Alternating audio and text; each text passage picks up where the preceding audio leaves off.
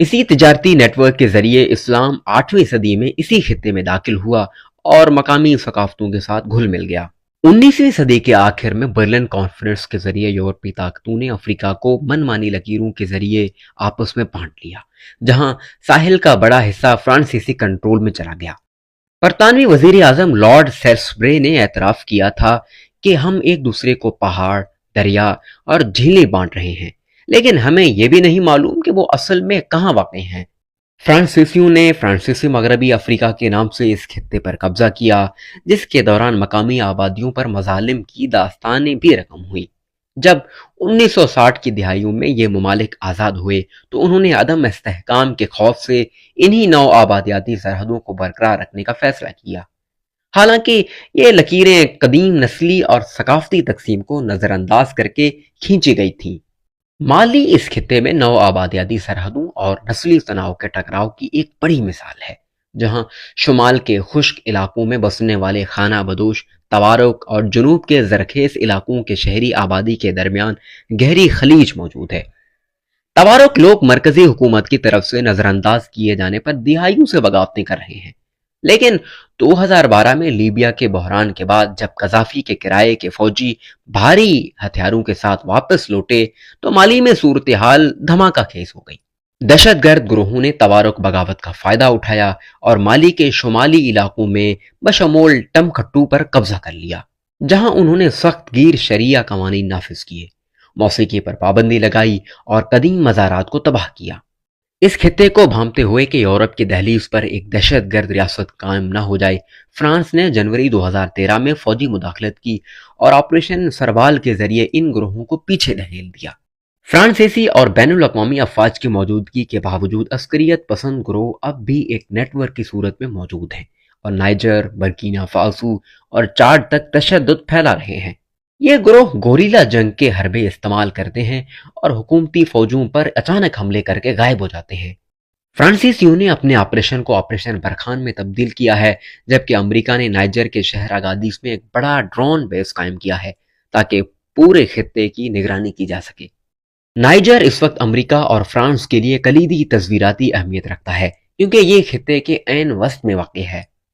اس بحران کا ایک اہم پہلو فلانی قوم ہے، جو افریقہ کی ایک عظیم خانہ بدوش قوم ہے اور ان کی آبادی کئی ممالک میں پھیلی ہوئی ہے۔ فلانیوں کی اپنی قدیم سلطنتوں کی تاریخ ہے اور اب موسمیاتی تبدیلیوں کی وجہ سے جب چراگاہیں ختم ہو رہی ہیں تو ان کے چرواہوں پر مقامی کسانوں کے درمیان زمین کے حصول پر شدید تنازعات پیدا ہو رہے ہیں۔ انتہا پسند گروہوں نے ان سماجی دراڑوں کو استعمال کرتے ہوئے فلانیوں کو بھرتی کرنا شروع کر دیا ہے، جس سے پورے خطے میں نسلی بنیادوں پر قتل و غارت کی ایک نئی لہر اٹھی ہے۔ موسمیاتی تبدیلیاں اس انسانی المیے کو مزید سنگین بنا رہی ہیں۔ 1950 کے بعد سے ساحل میں درجہ حرارت عالمی اوسط سے کہیں زیادہ تیزی سے بڑھ رہا ہے، جس کی وجہ سے زمین بنجر ہو رہی ہے اور جھیل چاٹ کا رقبہ 90% تک سکڑ گیا ہے۔ افریقی یونین نے صحرا کے پھیلاؤ کو روکنے کے لیے گریٹ گرین وال نامی درخت لگانے کا منصوبہ شروع کیا ہے، لیکن فنڈز کی کمی اور جنگلی حالات کی وجہ سے ان کی پیش رفت سست ہے۔ اگرچہ یہ خطہ معدنیات جیسے کہ نائجر کے یورینیم اور مالی و برکینا فاسو کو سونے کے ذخائر سے مالا مال ہے، لیکن کرپشن اور کمزور نظام حکومت کی وجہ سے یہ دولت عوام تک نہیں پہنچتی، بلکہ اکثر یہ وسائل دہشت گردوں کے لیے مالی معاونت کا ذریعہ بن جاتے ہیں۔ چین بھی اب اس خطے میں ایک بڑے کھلاڑی کے طور پر ابھر رہا ہے، جو معدنیات تک رسائی کے لیے انفراسٹرکچر میں سرمایہ کاری کر رہا ہے۔ ساحل اس وقت ایک ایسی نہ ختم ہونے والی جنگ کی لپیٹ میں ہے جہاں سے غیر ملکی افواج کے لیے نکلنا مشکل ہوتا جا رہا ہے۔ اگر مغربی ممالک یہاں سے دستبردار ہوتے ہیں تو یہ ریاستیں مکمل طور پر گر سکتی ہیں، جس کے نتیجے میں لاکھوں پناہ گزینوں کا ریلا یورپ کی طرف بڑھے گا۔ حقیقت یہ ہے کہ اس مسئلے کا حل صرف فوجی حل نہیں ہے۔ جب تک یہاں کی حکومتیں کرپشن ختم نہیں کرتی اور اپنے تمام نسلی گروہوں کو برابر کا حقوق نہیں دیتی، بندوق کے زور پر لائی گئی امن کی ہر کوشش عارضی ثابت ہوگی۔ ساحل اب بھی ایک ایسی جگہ ہے جہاں سرحدوں کے پار خون بہہ رہا ہے اور سمجھوتے کی کوئی گنجائش نظر نہیں آتی۔ اسپین ایک عظیم الشان قدرتی قلعہ ہے۔ بحیرہ روم اور بحر اوقیانوس کے ساحلوں سے ہٹتے ہی زمین تیزی سے بلند پہاڑوں کی دیواروں سے ٹکراتی ہے اور ملک کا پورا وسطی حصہ میسیٹا نامی ایک وسیع سطح مرتفع پر مشتمل ہے۔ یہی جغرافیائی ساخت اسپین کو یورپ کے پہاڑی ترین ممالک میں سے ایک بناتی ہے۔ 16ویں صدی میں میڈرڈ کو اسپین کا دارالحکومت محض اس لیے چنا گیا کیونکہ یہ ملک کے عین وسط میں واقع تھا، تاکہ مرکز سے تمام سمتوں میں حریف طاقتوں پر قابو پایا جا سکے۔ تاہم اسپین کا دشوار گزار پہاڑی علاقہ اور وسیع رقبہ ہمیشہ سے تجارت اور مضبوط سیاسی کنٹرول کی راہ میں رکاوٹ رہا ہے، جس کی وجہ سے مختلف علاقوں نے اپنی الگ ثقافتی اور لسانی شناخت برقرار رکھی ہوئی ہے۔ ان اختلافات کی شدت کا اندازہ اس بات سے لگایا جا سکتا ہے کہ اسپین کے قومی ترانے میں کوئی الفاظ نہیں ہے، کیونکہ آج تک اس پر کوئی اتفاق رائے نہیں ہو سکا کہ وہ الفاظ کیا ہونے چاہیے۔ اگرچہ اسپین یورپی یونین کا ایک پرجوش رکن ہے، لیکن یونین کی موجودگی نے قومی ریاستوں کی گرفت کمزور کر کے علاقائی علیحدگی پسندی، بالخصوص کاتالونیہ کی تحریکوں کو شہ دی ہے۔ اسپین کی تاریخ اس کے جغرافیہ ہی کی طرح تند و تیز رہی ہے۔ قدیم زمانے میں رومیوں نے یہاں 600 سال تک حکومت کی اور فن تعمیر، مذہب اور زبان کے انمٹ نقوش چھوڑے۔ 8ویں صدی میں شمالی افریقہ سے مسلم فوجوں کی آمد نے تاریخ کا دھارا بدل دیا، جب طارق بن زیاد نے 711 میں جبرالٹر پر قدم رکھا۔ مسلمانوں نے یہاں الاندلس کی بنیاد رکھی اور قرطبہ کو علم و ثقافت کا عالمی مرکز بنا دیا، جہاں لائبریریاں، سائنس اور ادب نے عروج پایا۔ ہسپانوی زبان میں عربی کے اتنے گہرے اثرات ہیں کہ لاطینی کے بعد سب سے زیادہ الفاظ عربی سے ہی لیے گئے ہیں۔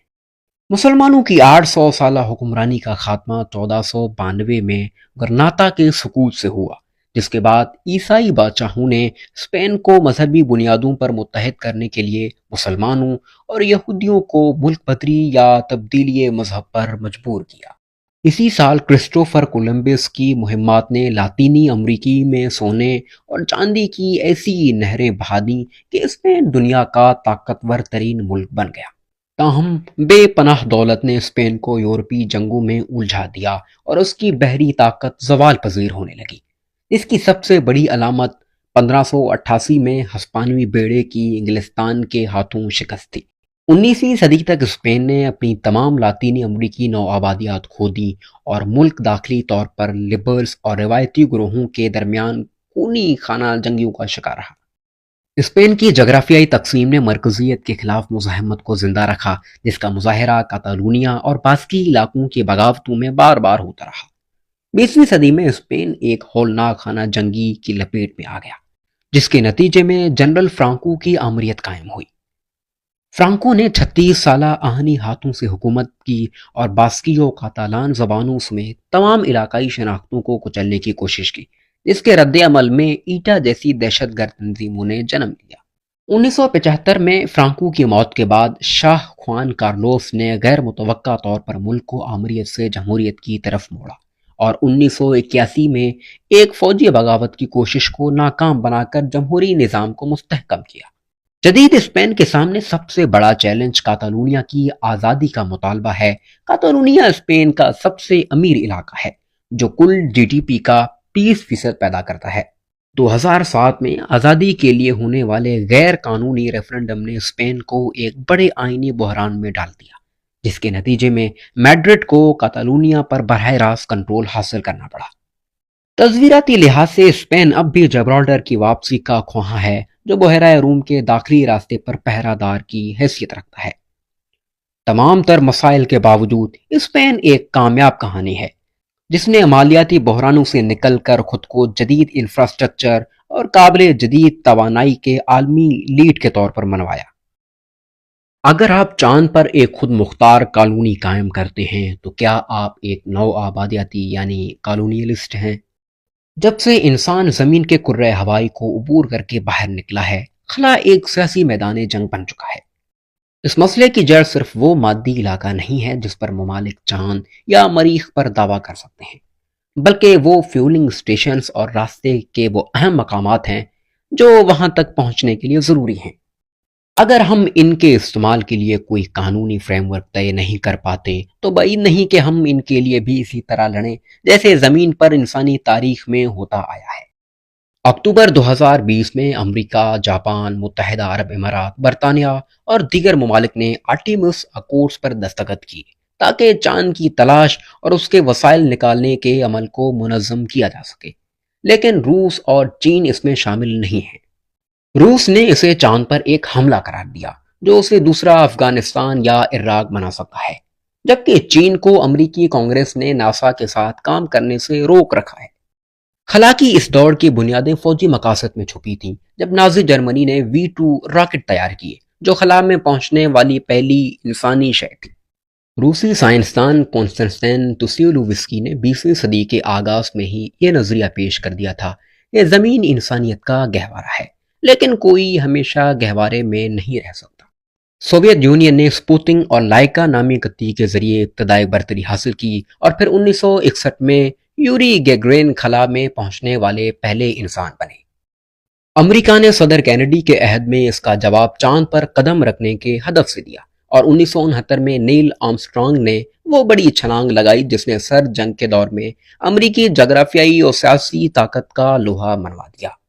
تاہم اس بڑی کامیابی کے بعد امریکہ کی دلچسپی کم ہو گئی اور اس نے مہنگے قمری مشقوں کے بجائے اسپیس اسٹیشنز پر توجہ مرکوز کر دی۔ خلا میں تعاون کی ایک بہترین مثال 1975 میں سوویت سوئس اور امریکی اپولو جہازوں کا آپس میں جڑنا تھا، جہاں دونوں ممالک کے خلا بازوں نے مصافحہ کر کے یہ ثابت کیا کہ خلا میں مل کر کام کرنا ممکن ہے۔ یہی جذبہ بین الاقوامی خلائی اسٹیشنز ISS کی بنیاد بنا، جو ایک فٹ بال گراؤنڈ جتنا بڑا ہے اور زمین کے گرد چکر لگاتے ہوئے انسانیت کے لیے طبی اور تکنیکی تحقیق کا مرکز بنا ہوا ہے۔ یہ اسٹیشن ایک فلوٹنگ لیلی پیڈ کی مانند ہے جو ہمیں دور دراز کے سیاروں تک جانے میں مدد دے گا۔ اب خلا صرف ریاستوں تک محدود نہیں رہی۔ ایلون مسک اور جیف بیزوس جیسے ارب پتی نجی شعبے کی قیادت کر رہے ہیں جن کا مقصد مریخ تک پہنچنا اور خلا کے لامحدود وسائل سے فائدہ اٹھانا ہے۔ ایسٹرو پولیٹکس یعنی خلائی سیاست کا جدید نظریہ یہ بتاتا ہے کہ خلا کوئی خالی جگہ نہیں ہے بلکہ کشش ثقل کے پہاڑوں اور وادیوں پر مشتمل ہے۔ اس میں زمین کا نچلا مدار یعنی لو ارتھ آربٹ سب سے اہم ہے۔ جو اس مدار پر کنٹرول حاصل کر لے گا وہ زمین کے قریبی خلا پر قابض ہو جائے گا، اور جو وہاں قابض ہوگا وہ زمین پر غلبہ حاصل کر لے گا۔ یہ مدار مریخ اور اس سے آگے جانے کے لیے گیٹ کیپر کی حیثیت رکھتا ہے، کیونکہ زمین کی کشش سے نکلنے کے بعد یہاں ایندھن بھرنا آسان ہوتا ہے۔ چاند پر بھی ایسے مقامات موجود ہیں جہاں زمین اور چاند کی کشش ایک دوسرے کو ختم کر دیتی ہے، اور یہ مقامات سیٹلائٹس رکھنے کے لیے تصویراتی طور پر انتہائی اہم ہیں۔ موجودہ دور میں خلا ایک جنگی میدان بن چکا ہے جہاں سیٹلائٹ زندگی کی بقا کے لیے ناگزیر ہیں۔ اگر سیٹلائٹ نظام کو نقصان پہنچایا جائے تو آپ کی کار کا GPS، bank cards, T V نشریات اور بجلی کا گرڈ تک بند ہو سکتا ہے۔ امریکہ، روس، چین، بھارت اور اسرائیل نے سیٹلائٹ مار گرانے والے نظام تیار کر لیے ہیں۔ خلا میں ہتھیاروں کی یہ دوڑ خلائی ملبے کے ہزاروں ٹکڑے جو گولی کی رفتار سے مدار میں گھوم رہے ہیں عالمی معیشت کے لیے ایک مستقل خطرہ ہیں۔ مستقبل کی معیشت کا دار و مدار شہاب ثاقب کے کان کنی یعنی ایسٹرائڈ مائننگ پر ہو سکتا ہے۔ مثال کے طور پر ایمون 3544 نامی شہاب ثاقب میں $20 ٹریلین مالیت کی دھاتیں موجود ہیں۔ اگر انسانیت ان وسائل کو مشترکہ طور پر استعمال کرے اور نیلے دھبے یعنی زمین کو خلا سے دے کر اپنے اختلافات بھلا دے تو آسمان بھی ہماری حد نہیں کرے گا۔